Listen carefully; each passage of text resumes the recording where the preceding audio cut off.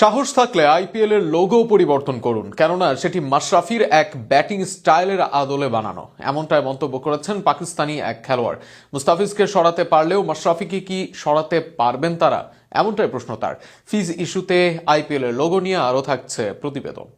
এক মুস্তাফিজ ইস্যুতে যেন টালমাটাল ক্রিকেট দুনিয়া, বিশেষ করে ভারত বাংলাদেশের সম্পর্কেই যেন বদলে গেল এই এক ইস্যুতে। বড় বড় দেশগুলো যতটা সাহস দেখাতে না পেরেছে তাই যেন দেখিয়েছে বাংলাদেশ ক্রিকেট বোর্ড ও বাংলাদেশ সরকার। তবে এবার মুস্তাফিজকে ছাঁটাইয়ের ব্যাপারে আইপিএল এর লোগো নিয়েই প্রশ্ন তুলেছে পাক ক্রিকেটার। পাকিস্তানের সাবেক পেস বোলার জুনায়েদ খান সামাজিক যোগাযোগ মাধ্যমে একটি ভিডিও শেয়ার করেন। সেখানে সাবেক ভারতীয় ক্রিকেটার আকাশ চোপড়াকে বলতে শোনা যায়, আইপিএল এর লোগোটি অনেকেই এভিডি ভিলিয়ার্সের শট ভেবে থাকলেও বাস্তবে সেটি মাশরাফি বিন মুর্তজার ব্যাটিং শট অনুসরণ করেই তৈরি।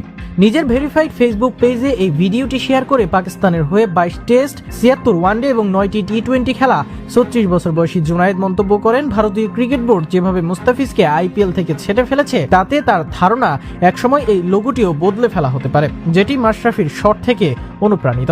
উল্লেখ্য, বাংলাদেশের ক্রিকেট ইতিহাসের সর্বকালের সেরা পেসার মনে করা হয় মাশরাফি বিন মুর্তজাকে।